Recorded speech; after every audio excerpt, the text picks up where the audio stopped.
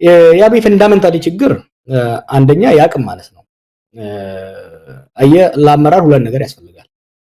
ወይ በትምህርት ወይ በልምድ የአመራር ብቃትን ማካበት መቻል አለበት። ሁለቱንም የለውም። ትምህርት የለውም፣ ሀገር የማስተዳደር ልምድ የለውም። ከዚህ በተቃራኒ ደግሞ በጣም በጣም በጣም በጣም ትልቅ አምቢሽን አለው። ያን ሁለቱ ተጋጨበት።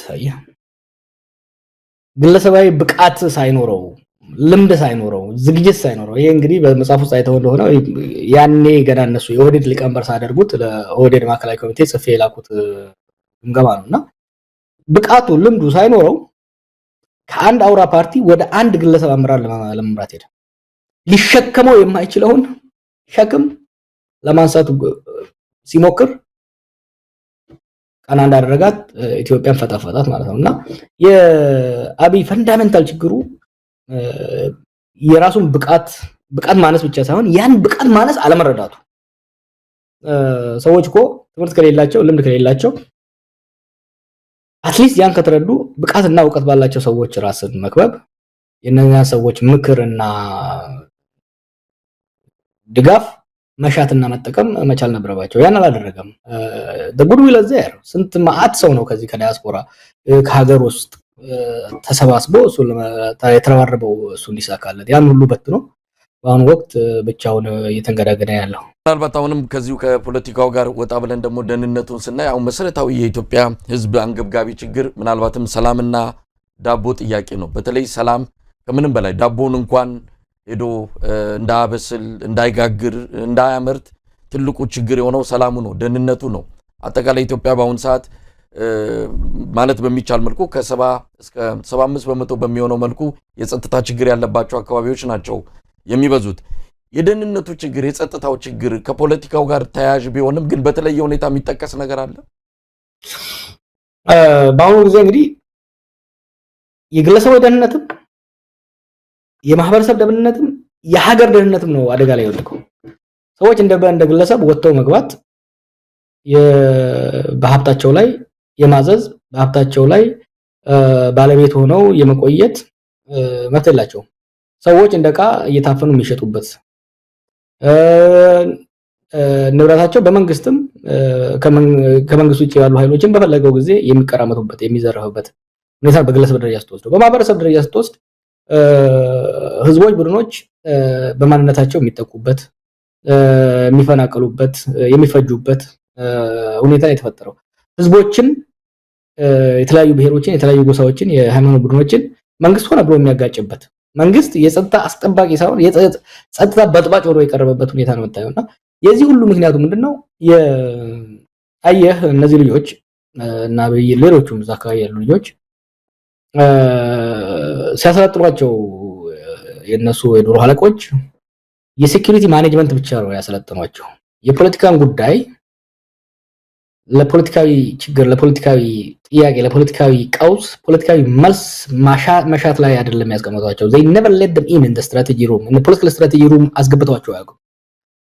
ሁሌም የሴኩሪቲ አስፈጻሚ ነበሩ። ስለዚህ ሴኩሪቲን እና ፖለቲካ ተያያዥ መሆኑ ራሱ አይረዱም እና የሀገሪቷን የሄዱበት እንግዲህ ያው ረጅም ነው ሰፊ ጊዜ የሚወስደው ግን ባለፉት 7 ዓመት የሄዱበት የፖለቲካ ችግሩን በፖለቲካ ከመፍታት ይልቅ በጉልበት ለመፍታት ሞከሩ። ችግሩ ምንድነው? ጉልበቱ አልነበረም። ለምን ነው ጉልበቱ ያልነበረው? እንደሄደን አካባቢ ስለ ሴኩሪቲ ሴክተር ሪፎርም ደጋግሜ እናገር ነበር። መከላከያው ሪፎርም እንዲደረግ ሁላችንም ስናገር ነበር። ደህንነቱ ሪፎርም እንዲደረግ የተደረገው ግን ሴኩሪቲ ሴክተር ሪፎርም ሳይሆን የሴኩሪቲ ሴክተር ዲስማንትልመንት ነው የተደረገው። በተለይ የብሔራዊ መረጃና ደህንነት የሚባለው ተቋም የሂውማን ኢንተለጀንሱን ብትንቱን ነው ያወጣው። ምክንያቱም በሳይበር ሴኩሪቲን በደንብ አይደረደም። ሳይበር ሴኩሪቲ ሰፕሊመንተሪ ነው ለሂውማን ሴኩሪቲ፣ ለሂውማን ኢንተለጀንስ ሰፕሊመንተሪ ድጋፍ ሰጪ ነበር መሆን የነበረበት። የሂውማን ኢንተለጀንስ ማለት እንግዲህ በረጅም ዘመን እድሜ እያካበትክ የምታመጣበት እኔም ብድግ አድርገህ ኢንተለጀንስ ብትከተኝ 20-30 ዓመት ከቆየ ሰው ጋር እኩል ሆን አልችልም።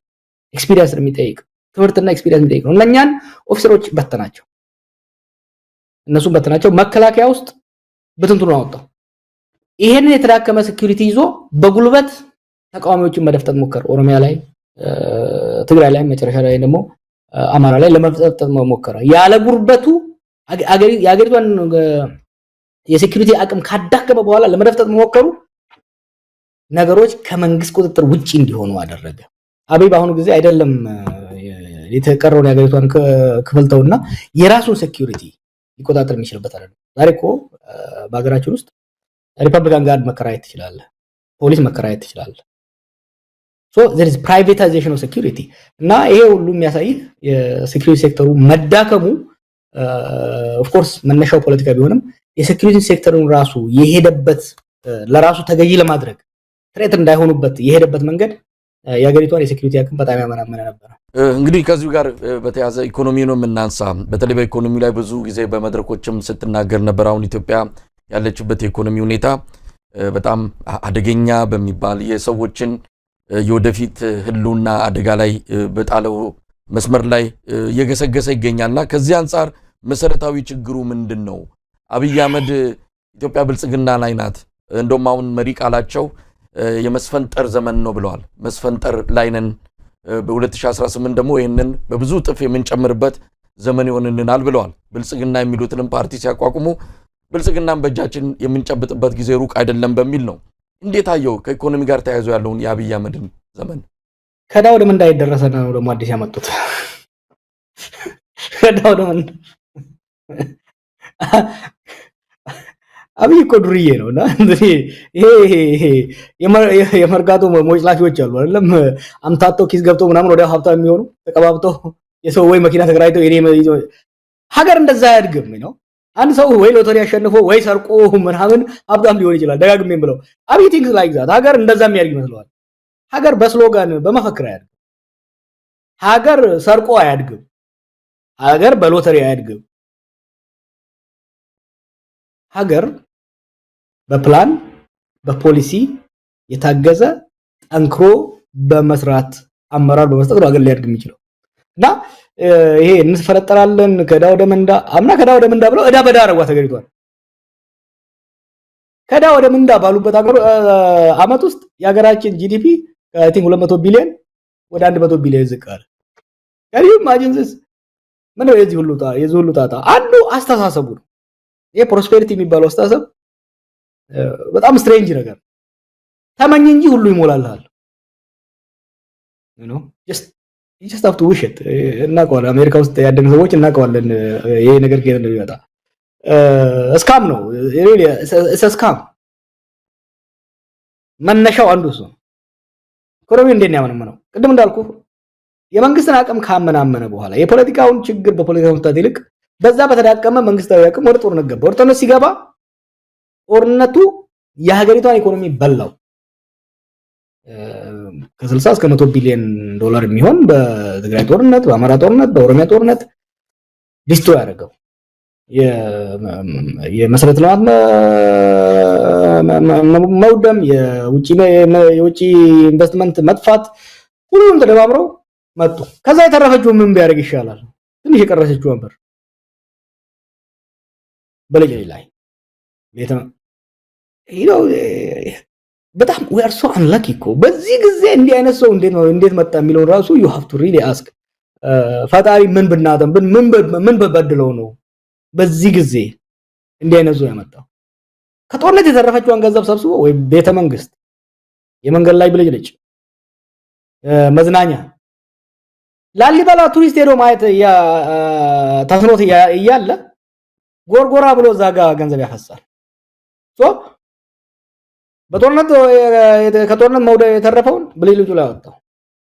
ከብልጭልጩ የተረፈው ደግሞ ምን ቢያደርገው ይሻላል? ሄደና ከአይኤምኤፍ ጋር አይኤምኤፍ ከእናቴ መቀነስ ነው ብሎ ሄዶ ሲፈታው የተረፈችውን ኢኮኖሚ ጠቅልሏት ወጣ ማለት ነው። ከአይኤምኤፍ ጋር ያደረጉት ስምምነት ምንድነው? ታሞ ባልጋ ላይ ያለን ሰው ኮሶ እንደመስጠት ነው። ኮሶ ገጠር ልጅ ነው። ኮሶ ታውቃለህ? ኮሶ ሰጣት። የሀገሪቷን ኢኮኖሚ ተቅማጥ በተቅማጥ ነው ያደረገውና አሁን ክራሽ አደረገ። ኢኮኖሚ ዳን እና የኢኮኖሚ መዳከም ብቻ አይደለም፣ የኢኮኖሚው ሙሉ በሙሉ ወድቆ ያለበት ሁኔታ ነው ያለውና የሚያሳስበኝ ክራይሲስ ውስጥ ገባለህ። አንዳንዴ ሳታስበውም እኮ የሀገር ኢኮኖሚ ክራይሲስ ሊገባ ይችላል። ቀውስ ውስጥ ነኝ ብሎ ማሰብ መቻል አለበት። አሁን የምናውቃቸው ትላልቅ ክራይሲሶች እንደ አርጀንቲና፣ ብራዚል፣ አሜሪካ ራሷ ግሬት ዲፕሬሽን ውስጥ ገብታ ነበረ። የኤዥን ፋይናንሻል ክራይሲስ ትገባለህ። ክራይሲስ ከገባህ ከክራይሲስ ለመውጣት መስራት አለበት። ግን ክራይሲስ ውስጥ እንደገባህ ቀውስ ውስጥ እንደገባህ ራሱ ማመን መቻል አለበት። ኢትዮጵያ ደሃ ሀገር ነች። በድህነት ነው ያደግነው፣ ምንም ጥያቄ የለውም። ግን አስተማሪ ልጆቹ መቀለብ ሲያቅተው፣ ዶክተር ልጆቹ መቀለብ ሲያቅተው፣ እኛ ከበረሃ የምንመጣ ሰዎች ዝናብ ሲጠፋ እርዳታ ስናገኝ ያደግነው፣ ምንም ጥያቄ የለውም። ከተማ የሚኖር ሰው ግን የመንግስት እርዳታ ሲጠባበቅ፣ መምህራን በትምህርት ቤት ሲመገቡ ቤታቸውስ መብለ የሚበሉት አጥተው አይ ኔቨር ሄድ ኦፍ ኢት እና የባንክ ሰራተኛ፣ የፍርድ ቤት ሰራተኛ፣ ዳኞች እና ጠበቆች ቡሌ ከሆቴል ገዝተው ሲገቡ ኢትዮጵያ ውስጥ ይሄ ነገር ነበረ ወይ አልነበረም? እና ይሄ ሁሉ ባለበት የመስፈንጠር ዘመን ይሉሃል። የሚያስፈራ እሱ ነው። ምክንያቱም ቀውስ ውስጥ ነን። ከዚህ ቀውስ ውስጥ ጠንክረን እንወጣለን ማለት አንድ ነገር ነው አይደለም። ከከፍታ ዘመን አልፈን አሁን ደግሞ የመስፈንጠር ዘመን ላይ ነን ሲሉህ ይሄን የሚያክል ዲናያል በጣም አደገኛ ነው እና አረሞት ላይ ያለን ኢኮኖሚ እየተፈለጠረ ነው ካልክ መድኃኒት ያስፈልግለትም ማለት ነው። ጋር ወደ ዋናውም ወደ መሰረታዊ ወደ ወቅታዊ ጉዳይም ይህንንም ቃለ መጠይቅ እንድናደርግ ወዳደረገን የሰሞኑ ግርግርም ለመምጣት በሚል ነው። እንግዲህ የኢኮኖሚው መስፈንጠር አጠቃላይ ብዙ ነገሮች ሰሞኑን ከአባይ ግድብና ከዚህ ከማዳበሪያ ፋብሪካ ግንባታ ጋር ተያይዞ በትክክልም አብይ አህመድ ባለራዕይ ነው፣ በፊት ሲናገር የነበረው ህልሙን ነው ያሉ የበፊት ቪዲዮቹን እያመጡ አሁን ያው የተናገረውን እየፈጸመ ያለ ቃሉን በተግባር እየፈጸመ የሚገኝ መሪ በሚልም መገለጫ በሚቆጣጠሯቸው ሚዲያዎች ላይ እየገለጹ ይገኛሉ። እስቲ ስለ አባይ ግድብ ሰሞኑን አብይ አህመድ በስፋት ስብናውን ከፍ የሚያደርጉ ነገሮች እየመጡ ነው። አባይን የሰሩ የጀመሩ እጆች ቢኖሩም የነዛ እጆች የነዛ ሰዎች ታሪክ በተወሰነ ደረጃ እየኮሰሰ አብይ ግን ከፍ ብሎ እንዲታይ የሚደረግባቸው ዘመቻዎች ነው የተጀመሩትና እስቲ ስለ አብይ እና አባይ ምን ትላለህ? ለአባይ አብይ ደረሰለት ብሏል ዳንኤል። ኢትዮጵያ ውስጥ ያሉ መሪዎችም ህዝቦችም የአባይ ጉዳይ የማያንገበግበው ያላንገበግበው ትውልድ ያለ አይመስለኝም። እያየነው አፈራችንን ጠርጎ ሳንጠቀምበት የሚያልፍ ዋና ወንዛችን በመሆኑ በጣም ተንገብግቧል። የነበሩ መሪዎችም ከአቅም ማነስ ቀላል አይደለም የግብጽ ጫናና ሳይሰሩት አልፈዋል። እኔ እናንተ እየታገል ጥርሳችን የነቀልንበት መለስ ዜናዊ ነው ይሄን ነገር እውን ያደረገው። ስንታገለው የነበረ ሰው ነው ማይንዲው ፕላን አድርጎ አመቺ ጊዜ ተጠቅሞ የውጭ ብድር ማግኘት እንደማይችል በሀገር አቅም እንዲገነባ ያደረገው መለስ ዜናዊ ነው። ይሄ መለስን በብዙ ነገር መለስ አምባገነን ነበረ፣ ታግለነዋል፣ ብዙ ነገሮች አጥፍቷል። ለኢትዮጵያ እንደ ካሳ መለስ ጥሎ የሄደው የአባይ ግድብ ነው። አብይ ስልጣን ሲይዝ የአባይ ግድብ 65% ተጠናቆ ነበር። ኃይለማርያም አስቀጥሏል። በኃይለማርያም ጊዜ ከነበረው የፖለቲካ ቀውስ ጋር ተያይዞ ጀነራሎችም ብዙ ያጠፉት ነገር ነበር፣ ምንም ጥያቄ የለውም። አብይ ሊመሰገን የሚገባው ሌሎች ትላልቅ ፕሮጀክቶች እንደቆሙ እንዲቀሩ ሲያደርግ ይሄኛውን ዘግቶ በቦታው ላይ መዝናኛ ባለመስራቱ ልናመሰግነው ይገባል።